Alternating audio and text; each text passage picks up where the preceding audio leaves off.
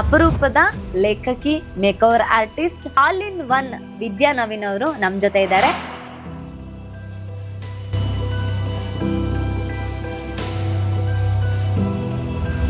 ಎಷ್ಟು ಪೇಮೆಂಟ್ ಮೊದಲನೇ ಮೇಕವ್ರಿಗೆ? 250 ರೂಪಾಯಿ ಅನ್ನೋ ದುಡ್ಡು ಸಿಕ್ಕಿತ್ತಷ್ಟೇ.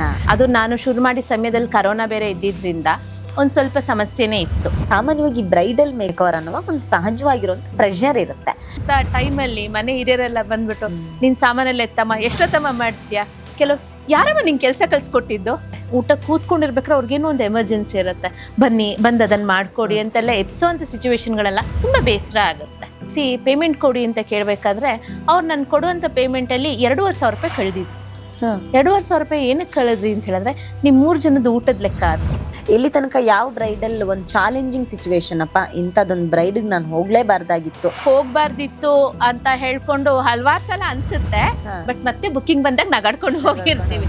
ಏನೋ ಒಂದು ಕಾರಣಾಂತರದಿಂದ ನಾನು ಆನ್ ಟೈಮ್ ಹೋಗ್ಲಿಕ್ಕೆ ಆಗ್ಲಿ. ಹೋಗಿ ಕೆಲಸ ಎಲ್ಲ ಮುಗಿಸೋದ್ಮೇಲೆ ಏನ್ ವಿದ್ಯಾ ಲೇಟ್ ಆಗಿ ಬಂದ್ರಿ ಅಂತ ಹೇಳೋದು. ಅದಕ್ಕೆ ನಿಮ್ಮಂತವ್ರ ಕೈಯಲ್ಲೆಲ್ಲ ದುಡ್ಡು ನಿಲ್ಲಲ್ಲ ಅಂತ. ಇಲ್ಲಿ ತನಕ ಈ ಇಂಡಸ್ಟ್ರಿಯಲ್ಲಿ ಒಂದಷ್ಟು ಡಾರ್ಕ್ ಟ್ರುತ್ ಅಂತ ಯಾವಾಗ್ಲೂ ಇರುತ್ತೆ. ಹೊರಗಡೆಯಿಂದ ಜನಗಳಿಗೆ ಅಥವಾ ಈ ಹುಡುಗಿರಿಗೆ ನೋಡ್ಬೇಕಾದ್ರೆ ಓಕೆ ಇವ್ರು ಹೋಗ್ತಾರೆ, ನೀಟಾಗಿ ರೆಡಿ ಆಗ್ತಾರೆ, ಒಂದ್ಸಲ ಹೋದ್ರೆ ಲಕ್ಷಾಂತರ ರೂಪಾಯಿ ದುಡ್ಕೊಂಡು ಬರ್ತಾರೆ, ಒಂದ್ಸಲ ಹೋದ್ರೆ ವರ್ಷದಲ್ಲಿ ಬಾಕಿ ದಿನ ಏನ್ ಮಾಡ್ತಾ ಇರ್ತೀವಿ ನಾವು ಅಂತ ನೀವು ಯಾರಿಗಾದ್ರೂ ಹೇಳಿದೀರಾ? ಹೆಣ್ಮಕ್ಳಿಗೆ ತಿಳಿಸ್ಕೊಟ್ಟಿದ್ದೀರಾ? ನಮಸ್ಕಾರ, ಚೈತ್ರ ಕುಂದಾಪುರ ಪಾಡ್ಕಾಸ್ಟ್ಗೆ ಸ್ವಾಗತ.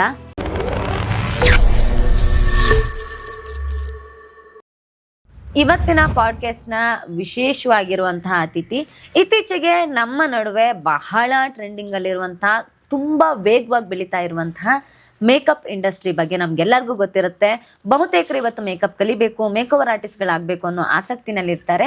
ಸೊ ಅಂಥವರಿಗೋಸ್ಕರನೇ ಇವತ್ತು ಸುದೀರ್ಘ 19 ವರ್ಷಗಳಿಂದ ಈ ಮೇಕಓವರ್ ಇಂಡಸ್ಟ್ರಿನಲ್ಲಿ ತನ್ನ ಕೈಚಳಕದ ಮುಖಾಂತರವೇ ಹೆಸರಾಗಿರುವ, ತನ್ನ ಇಂಡಸ್ಟ್ರಿಯ ಬದಲಾವಣೆಗಳಿಗೆ ತನ್ನನ್ನು ಒಡಗೂಡಿಸಿಕೊಂಡು ಆದರೆ ತನ್ನತನವನ್ನು ಎಲ್ಲೂ ಬಿಟ್ಟುಕೊಡದೇ ಇರುವಂತಹ ಅಪರೂಪದ ಲೇಖಕಿಯೂ ಹೌದು, ಅದ್ಭುತವಾಗಿರುವ ಇನ್ಫ್ಲುಯೆನ್ಸರ್ ಕೂಡ ಹೌದು, ಮೇಕಓವರ್ ಆರ್ಟಿಸ್ಟ್, ಹೇರ್ ಸ್ಟೈಲಿಸ್ಟ್, ಕನ್ನಡದ ಸ್ಯಾಂಡಲ್ವುಡ್ನಲ್ಲಿರುವಂಥ ಸಾಕಷ್ಟು ಸೆಲೆಬ್ರಿಟಿಗಳ ಜೊತೆ ನೆಚ್ಚಿನ ಮೇಕಪ್ ಆರ್ಟಿಸ್ಟ್ ಆಗಿ ಹೆಸರನ್ನು ಪಡ್ಕೊಂಡಿರುವಂತಹ ಅಪರೂಪದ ಲೇಖಕಿ, ಮೇಕಓವರ್ ಆರ್ಟಿಸ್ಟ್, ಗೃಹಿಣಿ, ಅದ್ಭುತವಾಗಿ ಅಡುಗೆ ಮಾಡಬಲ್ಲಂತಹ ಆಲ್ ಇನ್ ಒನ್ ವಿದ್ಯಾ ನವೀನ್ ಅವರು ನಮ್ಮ ಜೊತೆ ಇದ್ದಾರೆ.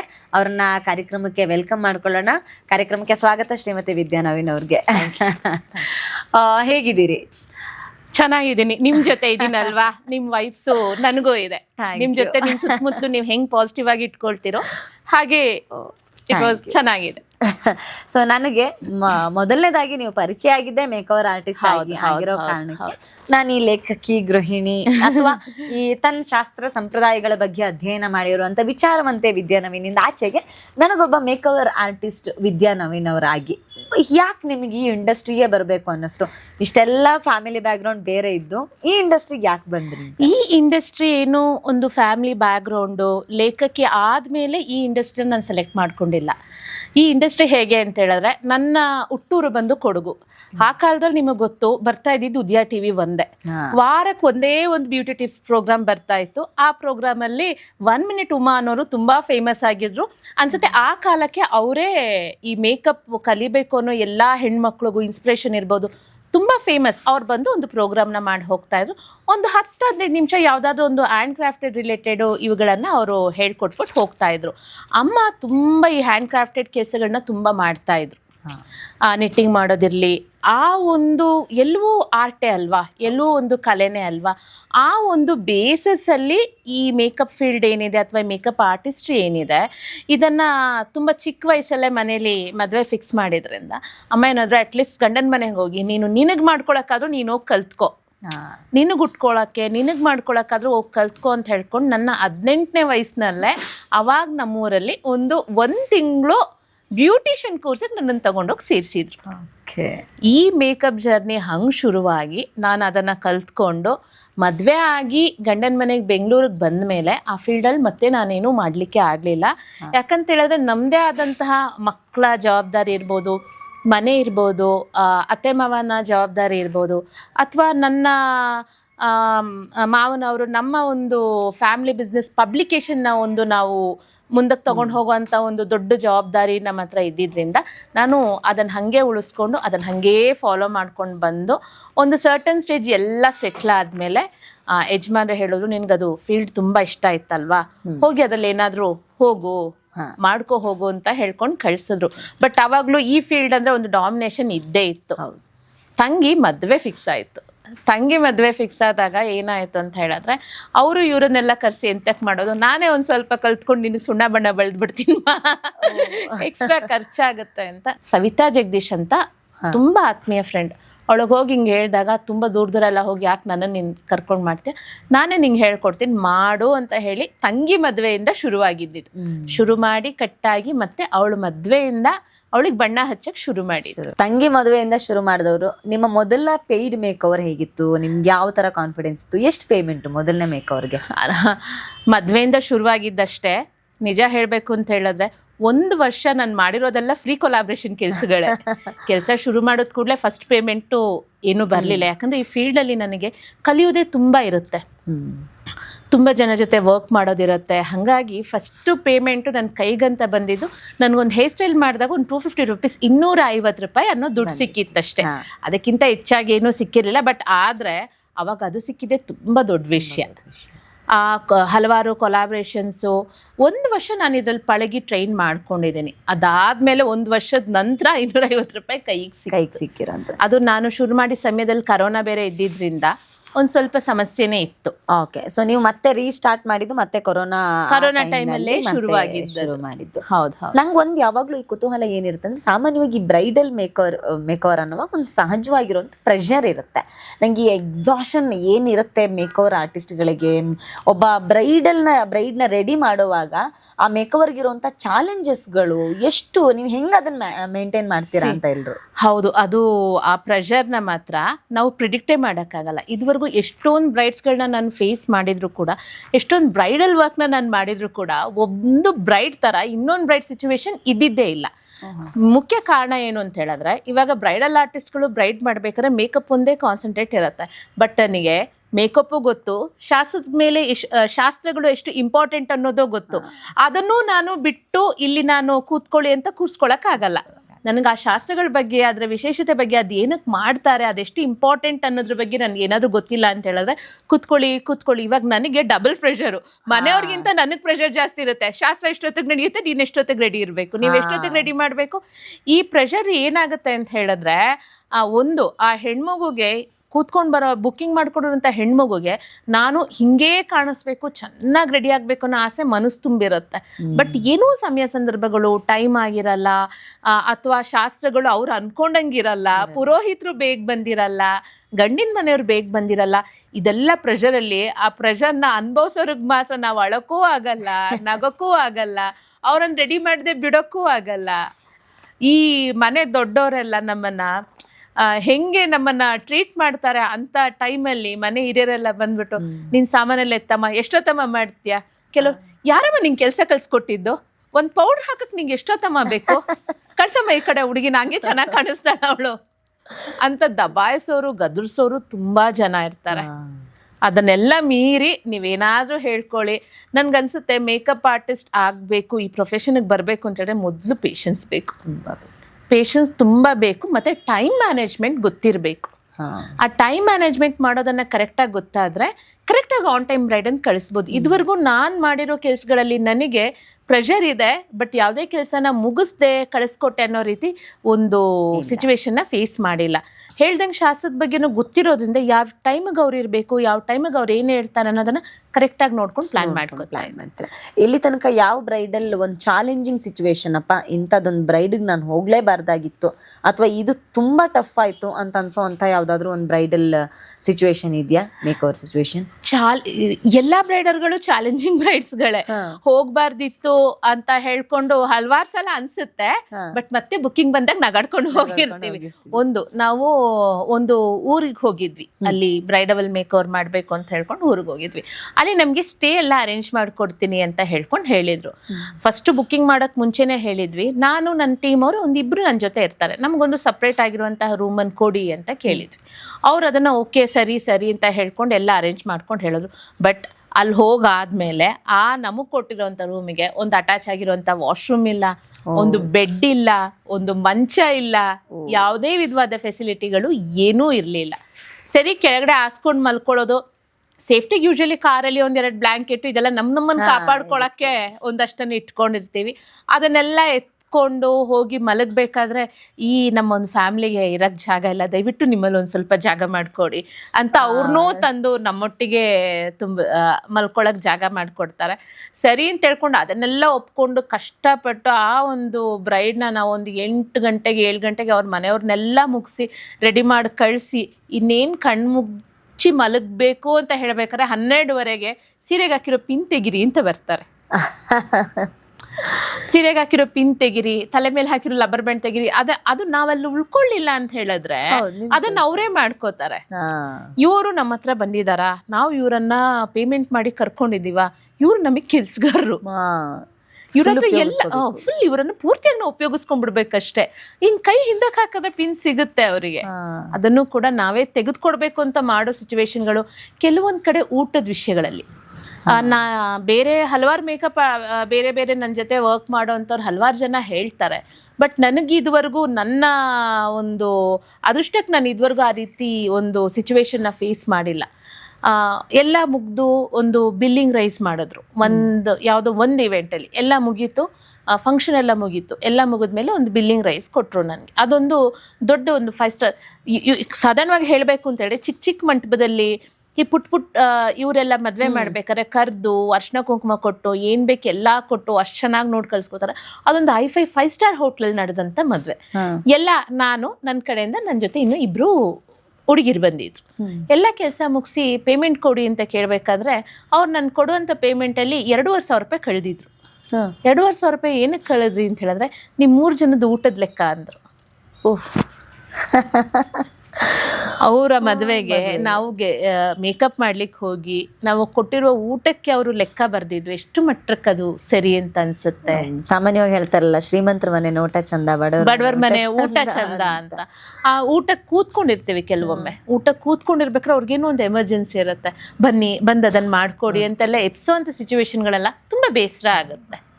ಒಂದ್ ಸ್ವಲ್ಪ ಟೈಮ್ ಕೊಡ್ಬೋದು ಅಂತ ಅನ್ಸುತ್ತೆ. ಮೋಸ್ಟ್ಲಿ ಈ ಮೇಕವರ್ ಆರ್ಟಿಸ್ಟ್ ಗಳನ್ನು ತುಂಬಾ ಟೇಕನ್ ಫಾರ್ ಗ್ರಾಂಟೆಡ್ ಆಗಿ ನೋಡ್ತಾರೆ.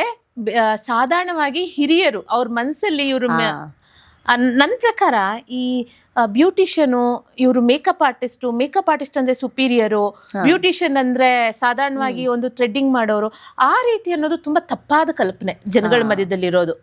ಸೊ ಅಂತದ್ದು ಒಂದು ಮೈಂಡ್ ಸೆಟ್ ಇರುತ್ತೆ. ನೀವು ಬ್ಯೂಟಿಷಿಯನ್, ನಾನು ಬ್ಯೂಟಿಷಿಯನ್ ಅಲ್ಲಪ್ಪ, ನಾನು ಮೇಕಪ್ ಆರ್ಟಿಸ್ಟು ಅಂತ ಹೇಳ್ಕೊಳ್ಳೋದು. ಮೇಕಪ್ ಆರ್ಟಿಸ್ಟು ಮುಖದ ಮೇಲೆ ನಾವು ಚೆನ್ನಾಗಿ ಮಾಯ್ಶ್ಚರೈಸರ್ನೆಲ್ಲ ಅಪ್ಲೈ ಮಾಡಿ ಮೇಕಪ್ನ ಮಾಡಿ ಕಳಿಸ್ಬೇಕು ಅಂತ ಹೇಳಿದ್ರೆ, ಬ್ಯೂಟಿಷಿಯನ್ ಪ್ರೊಫೆಷನಲ್ ಇರೋರು ನೀಟಾಗಿ ಐಬ್ರೋಸ್ ಮಾಡಿ ಫೇಶಿಯಲ್ ಮಾಡಿ ಆ ಬೇಸ್ನ ರೆಡಿ ಮಾಡಿ ಕಳಿಸಿದ್ರೆ ತಾನೇ ನಾವು ಇದನ್ನ ಮಾಡ್ಲಿಕ್ಕೆ ಸಾಧ್ಯ. ನಾವಿಬ್ರು ಒಂದೇ ಗ್ರೂಪ್ ಆಫ್ ಪೀಪಲ್, ಬ್ಯೂಟಿಷಿಯನ್ ಇರ್ಬೋದು, ಮೇಕಪ್ ಆರ್ಟಿಸ್ಟ್ ಇರ್ಬೋದು, ಅಥವಾ ಎರಡನ್ನೂ ಒಬ್ಬರೇ ಮಾಡ್ತಾ ಇರುವಂತ ಆರ್ಟಿಸ್ಟ್ ಇರ್ಬೋದು. ಇದರಲ್ಲಿ ಇವರು ಬ್ಯೂಟಿಷಿಯನ್ ದೊಡ್ಡವರು, ಮೇಕಪ್ ಆರ್ಟಿಸ್ಟ್ ಚಿಕ್ಕವರು ಅನ್ನೋ ರೀತಿ ಯಾವುದೇ ವಿಧವಾದ ಒಂದು ಭೇದ ಭಾವ ನಮ್ ಪ್ರೊಫೆಷನಲ್ ಮಾಡೋದು ಒಂದ್ ಸ್ವಲ್ಪ ಬೇಸರ ಅಂತ ಅನ್ಸುತ್ತೆ. ಆತರ ಇಲ್ಲ, ಇಬ್ರು ಒಂದೇ ಸಮಕ್ಕೆ ಇದೀವಿ ನಾವು. ಸೊ ನನಗೆ ಈ ಬ್ರೈಡಲ್ ಮೇಕವರ್ಗಳಿಗಿಂತ ಜಾಸ್ತಿ ಹೆಚ್ಚಾಗಿ ನೀವು ಈ ಸ್ಯಾಂಡಲ್ವುಡ್ನ ಸಾಕಷ್ಟು ಸೆಲೆಬ್ರಿಟಿಗಳಿಗೆ ಮೇಕವರ್ ಮಾಡಿದ್ದೀರಿ, ಸಾಕಷ್ಟು ಇನ್ಫ್ಲುಯೆನ್ಸರ್ಗಳಿಗೆ ಮಾಡ್ತೀರಿ. ಸೊ ಈ ಸೆಲೆಬ್ರಿಟೀಸು ಇನ್ಫ್ಲುಯೆನ್ಸರ್ಸ್ಗಳಿಗೆ ಮಾಡುವಂಥ ಮೇಕವರ್ ಎಷ್ಟು ವಿಭಿನ್ನ ಇರುತ್ತೆ, ನಾರ್ಮಲ್ ಕ್ಲೈಂಟ್ಸ್ಗಿಂತ ಎಷ್ಟು ವಿಭಿನ್ನ ಇರುತ್ತೆ? ಸಾಧಾರಣವಾಗಿ ನಾವೇನು ಅಂತ ಹೇಳಿದ್ರೆ, ಸೆಲೆಬ್ರಿಟಿ ಅಂತ ಹೇಳೋದ್ ಕೂಡಲೇ ಒಂದು ಭಯ ಇರುತ್ತೆ. ಅವ್ರು ಹೇಗೆ ರೆಸ್ಪಾಂಡ್ ಮಾಡ್ತಾರೆ, ಅವ್ರು ಎಷ್ಟು ಸೆನ್ಸಿಟಿವ್ ಇರ್ತಾರೆ, ಆಮೇಲೆ ಅವರು ಯಾವ ರೀತಿ ನಮ್ಮನ್ನು ಒಪ್ಕೋತಾರೆ ಅನ್ನೋದು ಒಂದು ಕಾಳಜಿ ಇರುತ್ತೆ ನನಗೆ.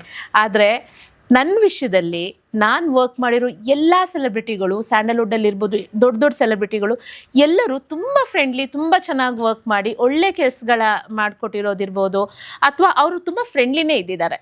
ಯಾವುದೇ ಬೇರೆ ಯಾರ ಹತ್ರನೂ ವರ್ಕ್ ಮಾಡ್ತಾ ಇದ್ದೀವಿ ಅಂತ ಅನಿಸಲ್ಲ. ಮತ್ತು ಇನ್ನೊಂದು ಏನು ಅನಿಸುತ್ತೆ ಅಂತ ಹೇಳಿದ್ರೆ, ನಾನು ವರ್ಕ್ ಮಾಡಿರೋಂಥ ಸೆಲೆಬ್ರಿಟಿಗಳನ್ನೆಲ್ಲ ದೂರದಿಂದ ನೋಡ್ಬೇಕಾದ್ರೆ ಇವ್ರು ತುಂಬ ಸ್ಟ್ರಿಕ್ಟ್ ಆಗಿರ್ತಾರೆ, ಇವ್ರು ಹೆಂಗೋ ಇರ್ತಾರೆ, ನಿಮ್ಮನ್ನು ಸೇರಿಸೆ ಹೆಂಗೆ ಮಾತಾಡ್ತಾರೋ ಏನು ಮಾಡ್ತಾರೋ ಅನ್ನೋದಿರುತ್ತೆ. ಬಟ್ ಎಲ್ಲರೂ ನಮ್ಮ ಥರ ಸಾಧಾರಣ ವ್ಯಕ್ತಿಗಳ ಥರನೇ ನಡ್ಕೊಂಡಿದ್ದಾರೆ ನನ್ನ ಹತ್ರ. ತುಂಬಾ ಸ್ವೀಟ್ ಆಗಿ ಊಟ ಮಾಡಿ, ತಿಂಡಿ ತಿನ್ನಿ, ಅಕ್ಕ ಏನು ಮಾಡ್ತೀರಾ, ಅಕ್ಕ ಎಲ್ಲಿದ್ದೀರಾ, ಅಕ್ಕ ಬಂದ್ರಾ, ಕೂತ್ಕೊಳ್ಳಿ, ತುಂಬ ಚೆನ್ನಾಗಿ ಟ್ರೀಟ್ ಮಾಡಿದ್ದಾರೆ.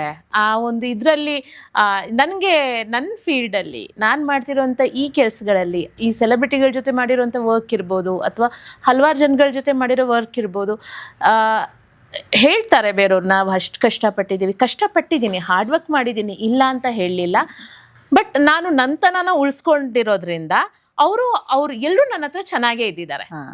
ನಾನು ಅವ್ರಿಗೆ ಗೌರವ ಕೊಟ್ಟೆ, ಅವರು ನನಗೆ ಗೌರವ ಕೊಟ್ಟರು ಅಷ್ಟೇ. ನಾನು ಯಾವುದನ್ನು ತಪ್ಪಾಗಿ ಗ್ರಾಂಟೆಡ್ ಆಗಿ ತಗೊಳ್ಳಿಲ್ಲ. ಆ ಕಡೆಯಿಂದಲೂ ಹಾಗೆ ನನ್ಗನ್ಸುತ್ತೆ ಒಂಥರ ಕನ್ನಡಿ ಥರ ನಾವು ಹೆಂಗಿರ್ತೀವಿ ಎದುರುಗಡೆ ಇರೋರು ಹಂಗೆ ಕಾಣಿಸ್ತಾರೆ. ನಾನು ಪ್ರೀತಿನ ನೋಡಿದೆ, ಅವರು ಎಲ್ಲರೂ ನನಗೆ ತುಂಬ ಪ್ರೀತಿನೇ ಕೊಟ್ಟರು. ಫೀಲ್ಡ್ ಶುರು ಮಾಡಿದಾಗ ಕೆಲವೊಂದು ಕಹಿ ನೆನಪುಗಳಂತೂ ಆಗಿದ್ದೇ ಉಂಟು. ಯಾಕಂತೇಳಿದ್ರೆ ಸಡನ್ನಾಗಿ ನಾನು ಕರೋನಾ ಟೈಮಲ್ಲಿ ಮೇಕಪ್ ಇಂಡಸ್ಟ್ರಿ ಒಳಗೆ ಬಂದಾಗ ಏರ್ ಆರ್ಟಿಸ್ಟಿಗೆಲ್ಲ ತುಂಬ ಆವಾಗ ಅಭಾವ ಇತ್ತು. ಸೊ ಹೇರನ್ನೇ ಫಸ್ಟ್ ಕಲಿಯೋಣ ಅನ್ನೋ ಕಾರಣಕ್ಕಾಗಿ ಹೇರ್ನ ಕಲಿತೆ. ಹಲವಾರು ಬೇರೆ ದೊಡ್ಡ ಮೇಕಪ್ ಆರ್ಟಿಸ್ಟ್ಗಳ ಜೊತೆನೂ ನಾನು ಏರ್ ಆರ್ಟಿಸ್ಟಾಗಿ ವರ್ಕ್ ಮಾಡಿದ್ದೀನಿ. ಕೆಲವೊಬ್ರು ಪೇಮೆಂಟ್ ಕೊಟ್ಟಿಲ್ಲ ಹಾಗೆ ಹಿಂಗೆ ಅಂತ ಹೇಳಿದ್ರು. ನನ್ನ ವಿಷಯದಲ್ಲಿ ಇದುವರೆಗೂ ನಾನು ವರ್ಕ್ ಮಾಡಿರೋ ಯಾರ ಜೊತೆನೂ ಆ ವಿಧವಾದ ಒಂದು ಕಹಿ ನೆನಪು ಆಗಿಲ್ಲ. ವಿದ್ಯಾ ತಗೋ ನೀನು ಪೇಮೆಂಟು, ಬಿಕಾಸ್ ನೀನು ತಗೊಂಡು ಹೋಗು. ಒಂದು ದಿನ ವರಮಹಾಲಕ್ಷ್ಮಿಗೆ ಇನ್ನೂ ಚೆನ್ನಾಗಿ ನನಗೆ ಆ ಇನ್ಸಿಡೆಂಟ್ ನೆನಪಿದೆ.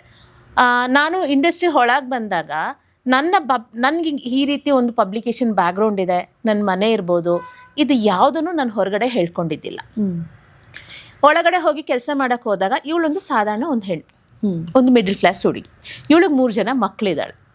ಇವಳಿಗೆ ಎಂಥದ್ದು ಪ್ರಾಬ್ಲಮ್ ಇದೆ, ಇವಳು ಈ ಇಂಡಸ್ಟ್ರಿನ ಮಾಡೋಕ್ಕೆ ಬರ್ತಾಳೆ ಅನ್ನೋದು ನನ್ನ ಇಂಡಸ್ಟ್ರಿಯಲ್ಲಿ ಹಲವಾರು ಜನರ ತಲೆಯಲ್ಲಿ ಇತ್ತು.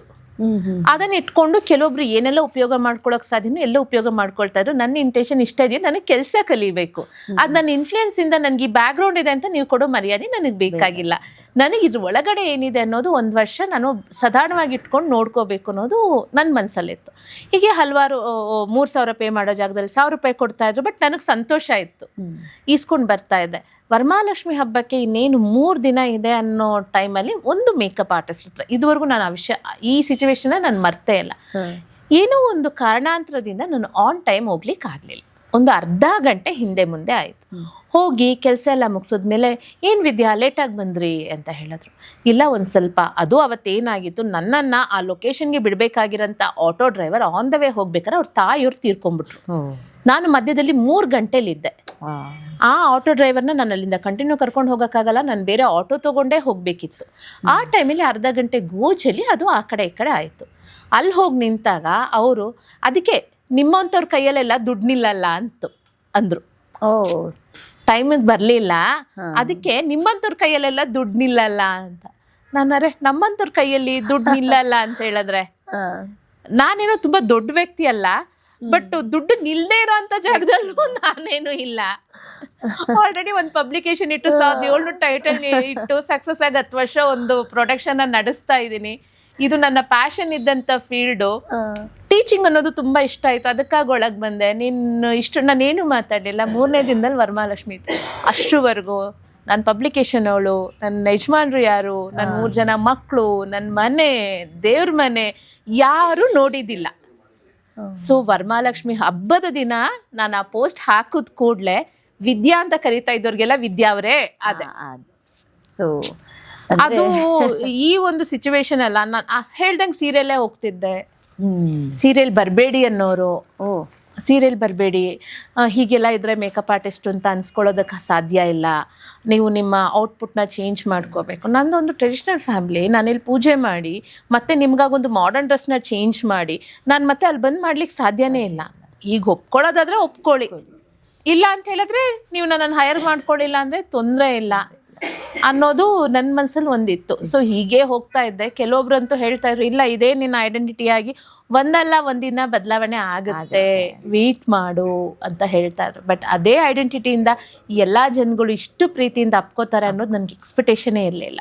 ಅಷ್ಟು ಖುಷಿಯಲ್ಲಿ ಏನು ಹೇಳೋದು, ಒಳ್ಳೆ ಮರ್ಯಾದೆನೇ ಕೊಟ್ಟರು. ಸೀರೆ ಅಂತ ಹೇಳ್ಕೊಂಡು ನನ್ನ ಇಂಡಸ್ಟ್ರಿ, ನನ್ನ ಕಲೀಗ್ಸ್, ನನ್ನ ಜೊತೆಲಿರೋರು ನನ್ನನ್ನು ಡಾಮಿನೇಟ್ ಮಾಡೋದ್ರ ಹೊರತು ಬೇರೆ ಜನಗಳೆಲ್ಲ ತುಂಬ ಪ್ರೀತಿಯಿಂದಲೇ ಕರ್ಕೊಂಡ್ರು, ಮರ್ಯಾದೆ ಕೊಟ್ಟರು. ಇವಾಗ ಒಂದು ಹೆಣ್ಮಗು, ಒಂದು ಹೆಣ್ಣು ಅಂತ ಹೇಳಿದ ಕೂಡಲೇ ಯಾವುದೇ ಬಟ್ಟೆ ಹಾಕೊಂಡ್ರು ಅವ್ರಿಗೆ ಮರ್ಯಾದೆ ಕೊಡ್ತಾರೆ, ಇಲ್ಲ ಅಂತಲ್ಲ. ಬಟ್ ನನಗೆ ನೀವು ಸೀರೆ ಅಲ್ಲ, ತಪ್ಪು ನಡೆಯೋದು ಅಂತಿದ್ರೆ, ತಪ್ಪಾಗಬೇಕು ಅಂತ ಇದ್ರೆ ಒಂದು ಹೆಣ್ಮಗುಗೆ ಯಾವ ಬಟ್ಟೆಲಿದ್ರೂ ತಪ್ಪಾಗುತ್ತೆ. ಸೀರೆ ಉಟ್ಕೊಂಡ್ರೆ ನಿಮಗೆ ಯಾವುದೇ ವಿಧವಾದ ಪ್ರಾಬ್ಲಮ್ ಆಗಲ್ಲ ಅನ್ನೋದಿಲ್ಲ, ಯಾವುದೇ ಬಟ್ಟೆಲಿ ಬೇಕಾದ್ರೂ ತಪ್ಪಾಗುತ್ತೆ. ಬಟ್ ನನ್ನ ವಿಷಯದಲ್ಲಿ ಸೀರೆಲಿ ಇದ್ದಾಗ ನನಗೆ ಪರ್ಟಿಕ್ಯುಲರ್ಲಿ ಹೇಳೋದು ಮರ್ಯಾದೆ ಅನ್ನೋದು ಜಾಸ್ತಿ ಇರ್ತಿತ್ತು. ನಾನೊಂದು 3 ಕಡೆ ನಿಂತಿದ್ರೆ ಅಲ್ಲಿ ಯಾರಾದ್ರೂ ಒಬ್ರು ಇದ್ರೆ ಇನ್ನಿಬ್ರು ಕೈಯಲ್ಲಿ ಇದ್ರು ಬ್ಯಾಗ್ ಇದ್ರು ಇಸ್ಕೊಳಕ್ ಹೋಗ್ತಾ ಇರ್ಲಿಲ್ಲ ಮದ್ವೆ ಮನೇಲಿ. ಅಕ್ಕ ಬ್ಯಾಗ್ ಕೊಡಿ, ಅವ್ರಿಗೇನು ನಮ್ಮವರು ಅನ್ನೋ ಒಂದು ಆತ್ಮೀಯತೆ ನನಗೆ ಸೀರೆಯಲ್ಲಿ ಅದು ತುಂಬಾ ಗೌರವ ಕೊಡ್ತು.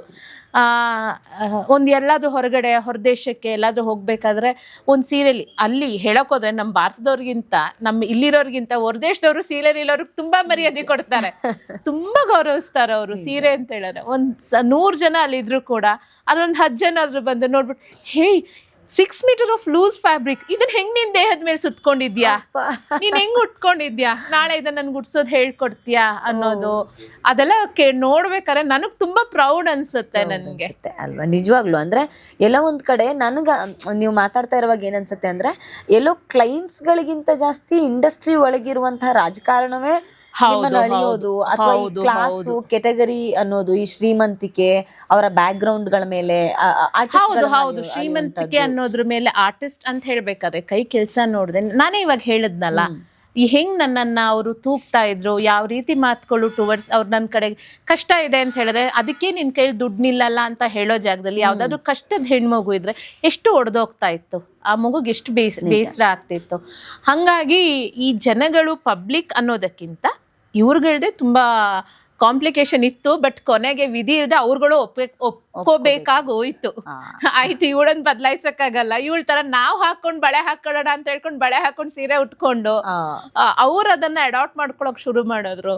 ತುಂಬಾ ಜನ ಸಾರಿ ಪ್ರಿಪ್ಲೇಟಿಂಗು, ಸಾರಿ ಡ್ರೇಪ್ ಎಲ್ಲ ಮಾಡ್ಬೇಕಾದ್ರೆ ನಂತರ ಇಷ್ಟುದ್ದ ಗ್ರೀನ್ ಕಲರ್ ಬಳೆನ ಹಾಕೊಂಡು ಅದನ್ನ ಸೀರೆ ಪಕ್ಕದಲ್ಲಿ ಇಟ್ಟು ಫೋಟೋ ತೆಗ್ದೆಲ್ಲ ಅಪ್ಲೋಡ್ ಮಾಡೋದು.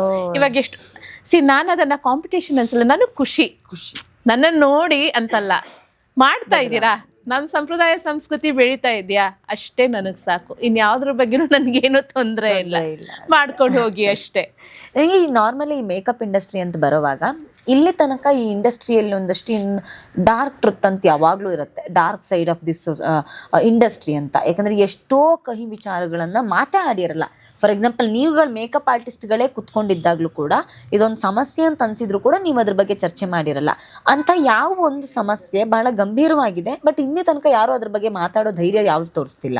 ಯಾವ ಸಮಸ್ಯೆ ಅಂತ ಹೇಳಿದ್ರೆ ಇತ್ತೀಚೆಗೆ ನಡೀತಾ ಇರುವಂತಹ ಕ್ಲಾಸಸ್ಗಳು, ತುಂಬ ಕ್ಲಾಸಸ್ಗಳು ಯಾಕೆ ಇಷ್ಟು ಚೆನ್ನಾಗಿ ಬೆಳೀತಿದ್ದಂತಹ ಬೂಮ್ ಆಗ್ತಿದ್ದಂತಹ ಮೇಕಪ್ ಇಂಡಸ್ಟ್ರಿ ಸಡನ್ ಆಗಿ ಯಾಕೆ ಮೇಕಪ್ ಇಂಡಸ್ಟ್ರಿಯಲ್ಲಿ ನಮ್ಗಳಿಗೆ ಕೆಲಸ ಇಲ್ಲದೆ ಆಯಿತು, ಏನು ನಡೀತಾ ಇದೆ, ಇದಕ್ಕಿಷ್ಟು ಕಾರಣ ಏನು ಅಂತ ಹೇಳಿದ್ರೆ ನಾನು ಹೇಳೋದು ನಡೀತಾ ಇದ್ದಂತಹ ಕ್ಲಾಸಸ್ಗಳು, ಆಗ್ತಾ ಇದ್ದಂತಹ ಕಾಂಪಿಟೇಷನ್ಗಳು.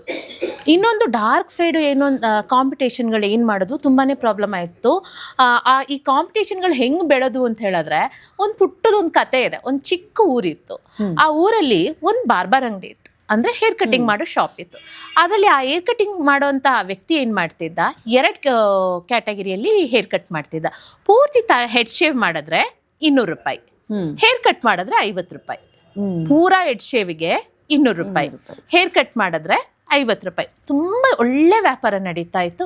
ಇವನನ್ನು ನೋಡಿ ಪಕ್ಕದಲ್ಲಿರೋ ಇನ್ನೋನಿಗೆ ನಾನು ಯಾಕೆ ಈ ಪ್ರೊಫೆಷನ್ನ ಕಲ್ತ್ಕೋಬಾರ್ದು ಅಂತ ಅನ್ನಿಸ್ತು. ಇವನು ಪ್ರೊಫೆಷನ್ ಕಲ್ತ್ಕೊಂಡಿದ್ದು ತಪ್ಪಲ್ಲ, ಪ್ರೊಫೆಷನ್ ಕಲ್ತ್ಕೊಂಡು ಒಳಗೋದವನು ಏನು ಮಾಡ್ದ, ಓಕೆ ನೀನು ಏರ್ ಕಟ್ಟಾಗ 50 ರೂಪಾಯಿ, ತಲೆ ಫುಲ್ ಹೇರ್ ಶೇವ್ ಮಾಡೋಕ್ಕೆ 200 ರೂಪಾಯಿ ಇಟ್ಟಿದ್ಯಾ, ತಡಿ ನಾನು ಫುಲ್ ಹೆಡ್ ಶೇವ್ನ ನಾನು 30 ರೂಪಾಯಿಗೆ ಮಾಡ್ತೇನೆ ಅಂತ ಕಾಂಪಿಟೇಷನ್ ಮಾಡಿ ಇವನೇನು ಮಾಡ್ದ, ಫುಲ್ ಹೆಡ್ನ 30 ರೂಪಾಯಿಗೆ ಶೇವ್ ಮಾಡ್ದ. ಜನಗಳಿಗೆ ಏನಾಯಿತು, ಇಲ್ಲಿ 50 ರೂಪಾಯಿ ಕೊಟ್ಟು ಹೇರ್ ಕಟ್ ಮಾಡ್ಕೊಳಕ್ಕಿಂತ 30 ರೂಪಾಯಿಗೆ ನಾನು ಹೆಡ್ ಶೇವ್ ಮಾಡಿಕೊಂಡ್ರೆ ದುಡ್ಡು ಉಳಿಯುತ್ತೆ, ಪದೇ ಹೇರ್ ಕಟ್ ಮಾಡೋ ಕೆಲಸ ಇಲ್ಲ. ಇವನಿಗೇನೋ ಸಖತ್ತಾಗಿ ವ್ಯಾಪಾರ ಆಯ್ತು, 2ನೇವನಿಗೆ ಸಖತ್ತಾಗಿ ವ್ಯಾಪಾರ ಆಯ್ತು. ಊರಲ್ಲಿ ಇದ್ದಿದ್ದೇ 300 ಜನ, 300 ಜನಕ್ಕೂ ತಲೆ ಬೋಳ್ಸಿದೆ. ಮುಂದಿನ ತಿಂಗಳು ಯಾರಿಗೆ ಹೇರ್ ಕಟ್ ಮಾಡ್ತಾನ ಅವನು? ನಿಜ, ಕರೆಕ್ಟ್ ಅಲ್ವಾ? ಯಾರಿಗೆ ಹೇರ್ ಕಟ್ ಮಾಡೋದು, ಯಾರಿಗೆ ನಾವ್ ಇವಾಗ ಮೇಕಪ್ ಮಾಡೋದು? ಆ ರೀತಿ ಒಂದು ಹೆಲ್ತಿ ಕಾಂಪಿಟೇಷನ್ನ ಬೆಳೆಸ್ಕೊಳ್ಳದೆ ನಾವು ಏನನ್ಸುತ್ತೆ ಅಂತ ಹೇಳಿದ್ರೆ ನಾವೇನ್ ಮಾಡಿರ್ಬೇಕು ಅಂತ ಹೇಳಿದ್ರೆ, ನೀನ್ ಇವಾಗ ಕ್ಲಾಸ್ ಮಾಡ್ತೀಯಾ, ನಿನಗೆ ಕೆಲವೊಂದು ರೂಲ್ಸ್ ಅನ್ನೋದನ್ನ ನಾವು ಹಾಕೊಂಡಿರ್ಬೇಕಿತ್ತು. ನೀನು 3 ವರ್ಷ ವರ್ಕ್ ಮಾಡಿರಬೇಕು, ಇಷ್ಟು ಬ್ರೈಡ್ಸ್ಗಳನ್ನ ಅಟೆಂಡ್ ಮಾಡಿರಬೇಕು, ನೀನು ಈ ರೀತಿ ಇಂಡಸ್ಟ್ರಿಲಿ ಇಷ್ಟು ವರ್ಷ ಇದ್ದಿರಬೇಕು, ನಿನಗೆ ಮಾತ್ರ ಕ್ಲಾಸ್ ತೆಗಿಯೋದಕ್ಕೆ ಸಾಧ್ಯ ಅಂತ ಹೇಳಿದರೆ ನಾವು ಇವತ್ತು ಈ ಪರಿಸ್ಥಿತಿಗೆ ಬರ್ತಾ ಇರಲಿಲ್ಲ. ಅದ್ರ ಬದಲು ನಾವೇನು ಮಾಡಿದ್ವಿ, ನಿಮ್ಮ ಒಡವೆ ಅಡ ಇಟ್ಬಿಟ್ಟು ನಮ್ಮ ಹತ್ರ ಬನ್ನಿ, ನಾವು ನಿಮ್ಮ ಜೀವನನ ಬೆಳಗ್ತೀವಿ, ನೀವು ನಿಮ್ಮ ಕಾಲ ಮೇಲೆ ನಿಂತ್ಕೋಬೋದು ಅಂತೆಲ್ಲ ಹೇಳಿ ಹೆಣ್ಮಕ್ಳನ್ನ ಒಳಗಡೆ ಕರೆದು ಅವ್ರು ಅದನ್ನೆಲ್ಲ ಕಲ್ತ್ಕೊಂಡು ಅವ್ರು ದುಡ್ಡು ಹೇಗೆ ತೆಗಿತಾರೆ, ಅವ್ರ ಊರಿಗೆ ಹೋಗಿ ಮೇಕಪ್ ಕ್ಲಾಸ್ನ ಹೇಳ್ಕೊಡೋಕೆ ಶುರು ಮಾಡೋದು. ಅವ್ರಿಗೇನು ನಾಲೆಜ್ ಇರಲ್ಲ, ಅವ್ರು ಅಲ್ಲೋಗಿ ಮೇಕಪ್ ಕ್ಲಾಸ್ನ ಹೇಳ್ಕೊಡೋಕೆ ಶುರು ಮಾಡಿದಾಗ ಮನೆಗೆ ಒಬ್ಬೊಬ್ರು ಬೆಳೆಯೋಕ್ಕೆ ಶುರು ಮಾಡಿದ್ರು. ಒಂದು ಜಾಗದಲ್ಲಿ ಒಂದು ಸರ್ಕಲ್ ಹಾಕಿ ಅಲ್ಲಿ ಬರೀ ನಾವೊಂದು 10 ಜನ ಮೇಕಪ್ ಆರ್ಟಿಸ್ಟ್ ಇರ್ಬೋದು ಅನ್ನೋ ಜಾಗದಲ್ಲಿ ಇವಾಗ ನಾವು 1000 ಜನ ಇದ್ದೀವಿ. ಅಲ್ಲಿ ನೋಡ್ಬೇಕಾದ್ರೆ ಹೊರಗಡೆಯಿಂದ ಜನಗಳಿಗೆ ಅಥವಾ ಈ ಹುಡುಗಿರಿಗೆ ನೋಡ್ಬೇಕಾದ್ರೆ ಓಕೆ ಇವ್ರು ಹೋಗ್ತಾರೆ, ನೀಟಾಗಿ ರೆಡಿ ಆಗ್ತಾರೆ, ಒಂದ್ಸಲ ಹೋದ್ರೆ ಲಕ್ಷಾಂತರ ರೂಪಾಯಿ ದುಡ್ಕೊಂಡು ಬರ್ತಾರೆ, ಒಂದ್ಸಲ ಹೋದ್ರೆ ವರ್ಷದಲ್ಲಿ ಬಾಕಿ ದಿನ ಏನು ಮಾಡ್ತಾ ಇರ್ತೀವಿ ನಾವು ಅಂತ ನೀವು ಯಾರಿಗಾದ್ರೂ ಹೇಳಿದ್ದೀರಾ? ಹೆಣ್ಮಕ್ಳಿಗೆ ತಿಳಿಸ್ಕೊಟ್ಟಿದ್ದೀರಾ? ಒಂದು ಹೆಣ್ಮಗುನ ನೀನು ಸಿಂಗಲ್ ಪ್ಯಾರೆಂಟಾ, ನಿನ್ನ ಕೈಲಿ ಮಗು ಇದೆ, ನೀನು ಬಾ ನಾನು ನಿನಗೆ ಮೇಕಪ್ ಹೇಳ್ಕೊಡ್ತೀನಿ ಅಂತ ನಾವು ಕರೆಯೋದಕ್ಕೆ ಬದಲಾಗಿ ಆ ಮಗುನ ಬಿಟ್ಬಿಟ್ಟು ನೀನು ಬೆಳಗ್ಗೆ ಸಂಜೆ ವರ್ಕ್ ಮಾಡಬೇಕು, ಆ ಮಗುನ ನೋಡ್ಕೊಳಕ್ಕೆ ಯಾರಾದರೂ ಇದ್ದಾರಾ, ನೀನು ಹೇಗಿದ್ದನ್ನು ಬ್ಯಾಲೆನ್ಸ್ ಮಾಡ್ತೀಯಾ, ಬಿಕಾಸ್ ದಿಸ್ ಇಸ್ ಅನ್ಟೈಮ್ ಪ್ರೊಫೆಷನು ಅನ್ನೋದನ್ನು ನಾವು ಹೇಳ್ಕೊಟ್ಟಿದ್ರೆ ಹೊರಗಡೆ ಬರೋ ಆ ಹೆಣ್ಮಕ್ಳಿಗೂ ಕಷ್ಟ ಆಗ್ತಾ ಇರಲಿಲ್ಲ. ನಾವಿಲ್ಲಿ ಕೂತ್ಕೊಂಡು ಇವಾಗ ನಾವು ಕೆಲಸ ಇಲ್ಲ ನಮಗೆ, ನಾವು ಜನ ಜಾಸ್ತಿ ಆಗೋಗಿದ್ದೀವಿ, ಎಲ್ಲ ಕಡೆ ಮೇಕಪ್ ಆರ್ಟಿಸ್ಟ್ಗಳು ಅಂತ ಹೇಳ್ತಾ ಇದ್ರೆ ತಪ್ಪು ಮಾಡಿದ್ಯಾರು? ತಪ್ಪು ಮಾಡಿದ್ದು ನಾವೇ ಒಂದು ಸ್ವಲ್ಪ ಯೋಚನೆ ಮಾಡಿ ಈ ಕ್ವಾಲಿಫಿಕೇಷನ್ ಬೇಕು. ಇವಾಗಲೂ ಟೈಮ್ ಮೀರಿಲ್ಲ, ಇನ್ಮೇಲೆ ಕೂಡ ಯಾವುದಾದ್ರೂ ಒಂದು ಅಸೋಸಿಯೇಷನ್ ಥರ ಮಾಡಿ ನಾವುಗಳು ಕೂತ್ಕೊಂಡು ಮಾತಾಡಿ, ಇನ್ಮೇಲಾದರೂ ನೀನು ಒಂದು ಮೇಕಪ್ ಆರ್ಟಿಸ್ಟ್, ಒಂದು ಡಾಕ್ಟ್ರು ಒಂದು ಇದನ್ನಿಡಬೇಕು ಅಂತ ಹೇಳಿದ್ರೆ, ಡಾಕ್ಟ್ರು ಪ್ರೊಫೆಷನ್ ಈ ಪ್ರೊಫೆಷನ್ನು ಕಂಪೇರ್ ಮಾಡ್ತಾ ಇದ್ದೀನಿ ಅಂತಲ್ಲ, ಒಂದು ಎಕ್ಸಾಂಪಲ್ ಹೇಳ್ತಾ ಇರೋದು, ಒಂದು ಕ್ಲಿನಿಕ್ ಇಡಬೇಕಾದ್ರೆ ಅವ್ರು ಎಷ್ಟು ವರ್ಷ ಇಂಟರ್ನ್ಶಿಪ್ ಮಾಡಿರಬೇಕು, ಅವ್ರಿಗೇನೆಲ್ಲ ರೂಲ್ಸ್ ಇರುತ್ತೆ, ಆ ರೀತಿ ನೀನೊಂದು ಮೇಕಪ್ ಅಕಾಡೆಮಿ ಇಟ್ಟು ಒಂದಿಷ್ಟು ಜನಗಳಿಗೆ ಹೇಳ್ಕೊಡ್ಬೇಕು ಅಂತ ಹೇಳಿದ್ರೆ ಮಿನಿಮಮ್ ನಿನಗೆ ಈ ರೀತಿ ಒಂದು ರೂಲ್ಸ್ ಇರಬೇಕು ಅನ್ನೋದನ್ನು ಹಾಕಿದ್ರೆ ಯಾವುದೇ ವಿಧವಾದ ತೊಂದರೆ ಆಗಲ್ಲ. ಬಟ್ ಈ ವಿಷಯನ ನಮ್ಮವ್ರು ಯಾರೂ ಕೂತ್ಕೊಂಡು ಮಾತಾಡೋದಕ್ಕೆ ರೆಡಿ ಇಲ್ಲ, ಮಾತಾಡೋದೇ ಇಲ್ಲ. ಬಿಕಾಸ್ ತಪ್ಪು ನಾವೇ ಮಾಡಿದ್ದೀವಲ್ವಾ, ಅದನ್ನು ಹೇಳ್ಕೊಡೋಕ್ಕಾಗಲ್ಲ. ಬಟ್ ಇನ್ನು ಮುಂದೆ ಆದರೂ ನಾವು ಇದನ್ನು ಸರಿ ಮಾಡ್ಕೋಬೇಕು ಅಂತ. ನನಗೆ ಇತ್ತೀಚೆಗೆ ಇನ್ಸ್ಟಾಗ್ರಾಮ್ಸ್ಗಳು ಬಂದ ಮೇಲೆ, ಈ ಇನ್ಸ್ಟಾಗ್ರಾಮು ಈ ಥರದ ಸೋಷಿಯಲ್ ಮೀಡಿಯಾ ಪ್ಲ್ಯಾಟ್ಫಾರ್ಮ್ ಬಂದ ಮೇಲೆ ಎಲ್ಲೋ ಒಂದು ಕಡೆ ಮೇಕಪ್ ಆರ್ಟ್ ಅನ್ನೋದು ಒಂದು ಆರ್ಟಿಂದ ಅದು ಬಿಸ್ನೆಸ್ ಆಗಿ ಕನ್ವರ್ಟ್ ಆಯ್ತೇನೋ, ಮತ್ತು ಇವತ್ತಿಗೆ ತೀರಾ ಇನ್ಸ್ಟಾಗ್ರಾಮಿಗೆ ಬಂದವರು ಫೇಕ್ ಫಾಲೋವರ್ಸ್ಗಳನ್ನು, ಫೇಕ್ ಬ್ರ್ಯಾಂಡಿಂಗ್ಗಳನ್ನು ಮಾಡಿಕೊಂಡು ಇಲ್ಲೆಲ್ಲ ಒಂದು ಕಡೆ ಫಾಲೋವಿಂಗು ಲೈಕ್ಸ್ಗಳೇ ಜಾಸ್ತಿ ಆಯ್ತೇನೋ, ಸ್ಕಿಲ್ಗಿಂತ ಫಾಲೋವಿಂಗ್ ಜಾಸ್ತಿ ಆಯ್ತೇನೋ ಅಂತ ಅನ್ಸುತ್ತೆ. ಹೌದು, ಯಾಕಂತ ಹೇಳಿದ್ರೆ ಇವಾಗ ಒಂದು ಸ್ವಲ್ಪ ದಿನಗಳ ಹಿಂದ್ಗಡೆ ಯಾವ ಆರ್ಟಿಸ್ಟ್ಗೆ ಹೆಚ್ಚಾಗಿ ಫಾಲೋಸ್ ಇರ್ತಾರೋ, ಯಾವ ಆರ್ಟಿಸ್ಟು ತುಂಬ ಲೈಕ್ಸ್ ಇರುತ್ತೋ ಅವರನ್ನೇ ಮೇಕಪ್ ಆರ್ಟಿಸ್ಟ್ ಅಂತ ಕನ್ಸಿಡರ್ ಮಾಡಿ ಬುಕ್ಕಿಂಗ್ ಮಾಡೋವಂಥ ಕ್ಲೈಂಟ್ಗಳು ಅವರ ವರ್ಕ್ನ ನೋಡದೆ ಫಾಲೋಸ್ ನೋಡಿ ಬುಕ್ ಮಾಡ್ಕೊಳ್ತಾರೆ. ಅಲ್ಲಿ ಅವ್ರ ಕೆಲಸಗಳನ್ನ ನೋಡಲ್ಲ. ಬಟ್ ತುಂಬ ಕಮ್ಮಿ ಫಾಲೋವರ್ಸ್ ಇರೋರು, ಲೈಕ್ಸ್ ಕಮೆಂಟ್ಸ್ಗಳನ್ನೆಲ್ಲ ಎದುರು ನೋಡದೆ ಇರೋವಂಥವ್ರು, ತುಂಬ ಚೆನ್ನಾಗಿ ಕೆಲಸ ಮಾಡೋವಂಥವ್ರು ತುಂಬ ಜನ ಇರ್ತಾರೆ. ಮತ್ತು ಈ ಫೇಕ್ ಫಾಲೋವರ್ಸ್ ಇರ್ಬೋದು, ಬೂಸ್ಟ್ ಮಾಡೋದಿರ್ಬೋದು, ಇದೆಲ್ಲ ಏನಾಗುತ್ತೆ ನನ್ನ ಪ್ರಕಾರ ಅಂತ ಹೇಳಿದ್ರೆ, ತುಂಬ ಜನ ಈ ವಿಷಯದಲ್ಲಿ ಇದರಲ್ಲಿ ಬೆಳೆದವರು ತುಂಬ ಸಸ್ಟೈನ್ ಮಾಡಿ ಈ ಫೀಲ್ಡಲ್ಲಿ ನಿಲ್ಲೋದು ಕಷ್ಟ ಆಗುತ್ತೆ. ಅದು ಸುಲಭದ ವಿಷಯ ಅಲ್ಲ. ಇವಾಗ ಹಲವಾರು ವರ್ಷದಿಂದನೇ ಈ ಸಲೂನ್ ಇರ್ಬೋದು, ಮೇಕಪ್ ಇಂಡಸ್ಟ್ರಿ ಇರ್ಬೋದು, ಎಲ್ಲವೂ ಇತ್ತು, ಎಲ್ಲ ಇಂಡಸ್ಟ್ರಿ ಇತ್ತು. ನಾವು ಹೆಂಗೆ ಸ್ಪ್ರೆಡ್ ಆಗ್ತಿದ್ವಿ, ಬಾಯಿಂದ ಬಾಯಿಗೆ ಇವ್ರು ಚೆನ್ನಾಗಿ ಮಾಡಿದ್ದಾರೆ ಅಂತ ಸ್ಪ್ರೆಡ್ ಆಗ್ತಾ ಇದ್ವಲ್ಲ, ಆ ರೀತಿ ಸ್ಪ್ರೆಡ್ ಆಗೋದು ತುಂಬ ಬೆಟರ್ ಆಪ್ಷನು. ಈ ಇನ್ಸ್ಟಾಗ್ರಾಮ್ ಬಂದ ಮೇಲೆ ಏನಾಯಿತು ಅಂತ ಹೇಳಿದ್ರೆ, ಇನ್ಸ್ಟಾಗ್ರಾಮಿಂದ ಸೋಷಿಯಲ್ ಮೀಡಿಯಾದಿಂದ ಒಳ್ಳೆ ವಿಷಯ ಕೂಡ ಇದೆ. ಇವಾಗ ನಾನಾಗಲಿ ನೀವಾಗಲಿ ನಾವಿಬ್ಬರು ಕನೆಕ್ಟ್ ಆಗಬೇಕು ಅಂತ ಹೇಳಿದ್ರೆ ಕಾರಣನೇ ಸೋಷಿಯಲ್ ಮೀಡಿಯಾ ಪ್ಲ್ಯಾಟ್ಫಾರ್ಮು. ಇತ್ತೀಚೆಗೆ ಕನೆಕ್ಷನ್ ಈಸಿ ಆಗುತ್ತೆ. ಬಟ್ ಇವರು ಸರಿಯಾದ ಆರ್ಟಿಸ್ಟಾ, ಇವ್ರಿಗೆ ಆ ಕೆಪಾಸಿಟಿ ಇದೆಯಾ, ಇವ್ರ ಫಾಲೋವರ್ಸ್ಗೂ ಇವ್ರ ಕೆಲಸಕ್ಕೂ ಏನು ಸಂಬಂಧ ಇದೆ ಅನ್ನೋದನ್ನು ನೋಡಿಬಿಟ್ಟು ಕೆಲಸಗಳನ್ನ ಕೊಡೋದಾಗಲಿ ಸೆಲೆಕ್ಟ್ ಮಾಡ್ಕೊಳ್ಳೋದಾಗಲಿ ಬೆಟರ್ ಆಪ್ಷನ್ ಅದು. ನನಗೆ ಮುಂಚೆ ಬ್ಯೂಟಿಷಿಯನ್ಸ್ಗಳಿದ್ರು, ಅವರೇ ಮನೆಗೆ ಬಂದು ಬ್ರೈಡ್ಸ್ಗಳಿಗೆ ಮೇಕಪ್ ಎಲ್ಲ ಮಾಡೋರು ಹೋಗೋರು. ಆವಾಗ ಒಂದು ಟ್ರೆಡಿಷ್ನಲ್ ಬ್ರೈಡಲ್ ಮೇಕಪ್ ಅಂತ ಒಂದು ಇರ್ತಿತ್ತು, ಬ್ರೈಡ್ ಅಂದರೆ ಹಿಂಗೆ ಕಾಣಿಸೋದು ಅಂತ. ಬಟ್ ಎಲ್ಲ ಒಂದು ಕಡೆ ಮೇಕವರ್ ಆರ್ಟಿಸ್ಟ್ಗಳು ಬಂದ ಮೇಲೆ ಆ ರೀತಿ ಲುಕ್ಗಳು ಬದಲಾದವು, ಆ ಟ್ರೆಡಿಷ್ನಲ್ ಪ್ಯಾಟರ್ನ್ ಅನ್ನೋದು ಬ್ರೇಕ್ ಆಯಿತು. ಹೌದು, ಇದನ್ನು ನಾನು 100% ಒಪ್ಕೋತೀನಿ. ಇದು ನನಗೆ ಇವಾಗಲೂ ಇದೆ. ಏನಾಗುತ್ತೆ, ಬ್ರೈಡ್ಸ್ಗಳು ಬರಬೇಕಾದ್ರೆ ಇನ್ಫ್ಲುಯೆನ್ಸ್ ಆಗ್ತಾರೆ. ಹಾಲಿವುಡ್ ಹೀರೋಯಿನ್ಸ್ದೆಲ್ಲ ಫೋಟೋ ತೊಗೊಂಬಂದ್ಬಿಟ್ಟು ಒಂದು ಲೈಟ್. ನಾನು ಹೇಳೋದು ನಿಮಗೆ, ಬ್ರೈಡ್ ಅಂದರೆ ಏನು ಅಂತ ಗೊತ್ತಾ? ಬ್ರೈಡ್ ಅಂದರೆ ದೇವತೆ. ಆ ದೇವತೆ ಥರ ಕಾಣಿಸೋದೇ ಆ ದಿನದ ವಿಶೇಷತೆ. ನೀವವತ್ತು ಒಂದು ದೇವಿ ಥರ ಕಾಣಿಸ್ಬೇಕು. ಅದನ್ನು ಬಿಟ್ಬಿಟ್ಟು ನಿಮ್ಮ ಸಂಪ್ರದಾಯ, ನಿಮ್ಮ ಆಚರಣೆ, ನಿಮ್ಮ ಜ್ಯುವೆಲ್ಸ್ನ ಬಿಟ್ಟು ಬೇರೆಲ್ಲೋ ಮಾರು ಹೋಗಿ ಆ ಮುಹೂರ್ತಕ್ಕೆ ಏನೇನೋ ವಿಚಿತ್ರವಾಗಿ ಮಾಡ್ಕೊಳ್ಳೋ ಬದಲು ಆ ದೇವತೆ ಲುಕ್ ಅಂತ ಅಂದ್ಕೊಳ್ಳಿ. ನಾನು ಎಲ್ಲನೂ ಕನ್ವಿನ್ಸ್ ಮಾಡ್ತೀನಿ.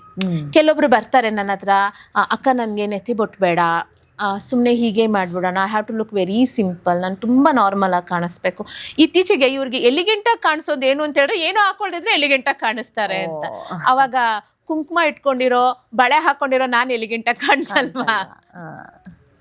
ಅದು ವಿಷಯ. ಎಲಿಗೆಂಟಾಗಿ ಕಾಣಿಸ್ಬೇಕು, ದೇವತೆ ಥರ ಕಾಣಿಸ್ಬೇಕು. ಸರಿ, ಇವಾಗ ಒಂದು ಹೆಣ್ಮಗು ಡಾಬಿರಲಿ, ನೆತ್ತಿಬೊಟ್ಟಿರಲಿ, ತ್ರಿಮಾಟಿ ಇರಲಿ, ಆ ಅರ್ಶನ ಇರಲಿ, ಆ ಮಾಂಗಲ್ಯ ಇರಲಿ, ಅದನ್ನೆಲ್ಲ ಮದುವೆ ಮುಹೂರ್ತಮ್ ದಿನ ಬಿಟ್ಟು ಬೇರೆ ಯಾವತ್ತಾದ್ರೂ ಕಟ್ಟಿಸ್ಕೊಳಕ್ಕೆ ಸಾಧ್ಯನಾ? ಸಾಧ್ಯನೇ ಇಲ್ಲದೆ ಇರಬೇಕಾದ್ರೆ ಬೇರೆ ಬೇರೆ ಟ್ರೆಡಿಷನ್ಗಳಿಗೆ, ಬೇರೆ ಬೇರೆ ವಿಷಯಗಳಿಗೆ ಮಾರು ಹೋಗಿ ಆ ಒಂದು ಇಂಪ್ಯಾಕ್ಟ್ನ ನಮ್ಮ ಬ್ರೈಡಲ್ಲಿ ಇದಕ್ಕೆ ಯಾಕೆ ತರಬೇಕು?